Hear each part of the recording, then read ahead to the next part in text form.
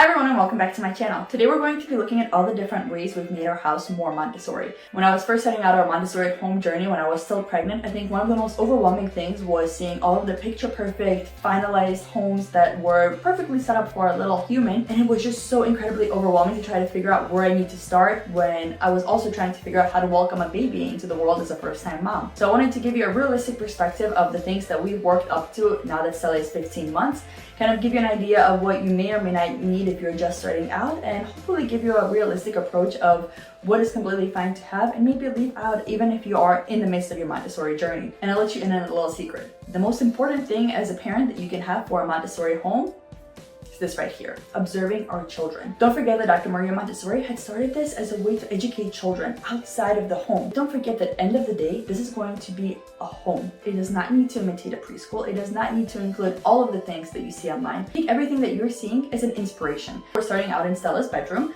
and right behind me is actually her crib still. We do still use a crib. We never transitioned to a floor bed. Maybe we will do so when she's older, but as of right now, her favorite place to sleep is half of the time in her crib and half of the time in our bed. With all the different nuances going on in our house, we don't feel comfortable even offering that as an option to her right now, and she's very content with our current sleep arrangement. So she has a crib in her room for nap time, and she has a crib in our room still for nighttime, and that works just fine. You do not need a floor bed if that's not something you're comfortable with. What we did recently add is a little wardrobe for Stella. So this is just a little cabinet that we had in here. You might have seen it in my previous videos. We had things that we needed within easy reach because here was the nursing chair and here's the changing table. And as much as it hurt me to realize that my baby is no longer a little baby, most of these things no longer needed to be within easy access here. So what we did is simply cut down a closet rod and install it with brackets here. I have seen people use tension rods, and you'll see we utilize it in different parts of our house instead. This motion of lifting up a hanger and moving it out is actually still very difficult for them to grasp at this age. A lot of times they're doing a lot of this or a lot of this to get their clothes off, and so the tension rod simply falls, and then it becomes discouraging and kind of throws off the entire routine. We decided we're going to just go ahead and screw in the little pole so that even if she pulls on it, the pole is not going anywhere. That also means this entire cabinet is getting screwed into the wall. So if she pulls on it too hard, the whole cabinet is not going anywhere. You'll notice for now I only have 3 options here. As she gets older, I will continue to introduce more options so that hopefully we can work up to something like a week's worth of clothes up here so that she can choose as she wants throughout the week. So we only have enough space for 2 little baskets down there. So as of right now, it is quite fine. We've got her little lamp, her clock, still a fake plant up there, and 3 clothing options here. And then I just have an option for socks and an option for PJs. So as of right now, she's perfectly happy just choosing whatever outfit combination I made for her, but I know as she gets older, she'll be interested in choosing specific t-shirts and pants separates and combining them together on her own. So as she gets older, we will definitely need to look into a different option, either expanding this to be something bigger or utilizing some of the other pieces of furniture in her room. Ideally, next to that, we would also have a full-length mirror right next to her little wardrobe. When the door is open, there is not really that much space for it, so at the moment, we don't have anything installed. We may try to put one on the side of the wardrobe right there, but she does have a little self-care station over here. And so she's just got a little mirror on top and then a little basket with an option of a comb and a brush and just 2 little bows. As for the bathrooms, we've got pretty much the same setup upstairs and downstairs. So we've just got this potty that she has in both bathrooms. And we have a basket of books as well as some pull-ups that we're working with. This is the downstairs bathroom, and since we do most of the potty learning down here, I've got more of the potty related books here. She's still in the discovery stages, but because she is very interested in it, I decided to go ahead and make the little setup for her now. As for accessing water, I'm still not comfortable letting her climb something like a little helper or a giant step stool. Instead, we have a different place where she can access water to wash her hands. And that space is none other than Stella's little kitchen right here. Now, if you're curious to know how we hacked the IKEA kitchen to be fully functional, I do have a full video on that, so I'll link that up here. And if you're curious to know why we're choosing to go this route instead of a little kitchen helper, I also discussed that in that video. You certainly don't need to have a kitchen inside of your kitchen that has fully functional water for your child. You can either utilize one of those helpers, you can utilize a step stool, you can utilize a little chair that your child climbs on. Any way that you can allow your child to access water independently. Another option that you can do is simply set up what we call a hand washing station in Montessori, which is essentially a little space where you have a little basin for the water to go. You have a little pitcher for the child that has water in it, and they pour the water into the little basin. They can wash their hands, they can then dump that water out, and then they can pour new clean water in to rinse their hands off, dry them off, and then they have washed their hands. So again, you don't need the fully functional running water as long as your child has access to water for hand washing and then eventually plate and dishwashing. So aside from having running water, she also has a little soap that she can reach. She has a little nail brush, and we recently introduced a little scrubbing brush for her to wash her plates with. And the bottom here is where I store her little placemat as well as whatever bowl and utensils she needs for the current mealtime. I also hung up a little hook for her to have her bib here so she can start pulling that off independently and putting it on. And up here we do have little colanders that she can access in case we're doing any kind of food prep that needs her to wash food in a little colander. I like to introduce things one at a time to Stella, so essentially scaffolding.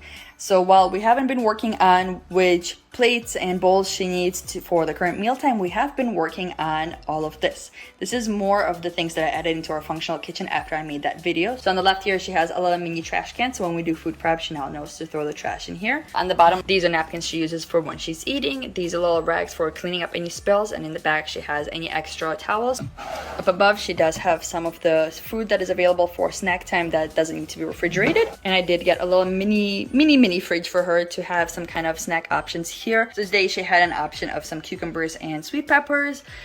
There was some hummus, and she has a little yogurt. So whatever of these she would like, she's able to access independently and grab it. A lot of times this is the way that I know that she's ready for snack time, because she's hanging out over here. And on the left here you see I have, this is not a perfect setup, it doesn't fit perfectly, but we're working with what we have. This is a place for her to put her dirty dishes when she's done. It's definitely our most functional and most child-sized space in the entire house, and a place that Stella spends a lot of time in. So I personally felt that it was definitely worth our time and effort to set this up in a way that she can access independently, essentially from start to finish, from washing her hands to grabbing her food, prepping it as she gets older, having access to all her silverware and plates as she gets older as well, and then moving over to her little weaning table to set herself up for mealtime or for snack time. Again, you don't need all of these things, but you may pick and choose some options from here to let your child start on their little mealtime journey more independently. Moving on to Stella's weaning table. If you don't know what a weaning table is, it's essentially a very easy way for you to introduce autonomy and independence in the kitchen from a very early age. I have an entire video of how we set this up and all the reasoning behind it that I'll go ahead and link to you here. But again, a very simple setup. It's a chair that she can easily and independently access. She has a little cooler for water. This one personally, I don't think I would recommend, simply because this lever is very difficult to press still for her.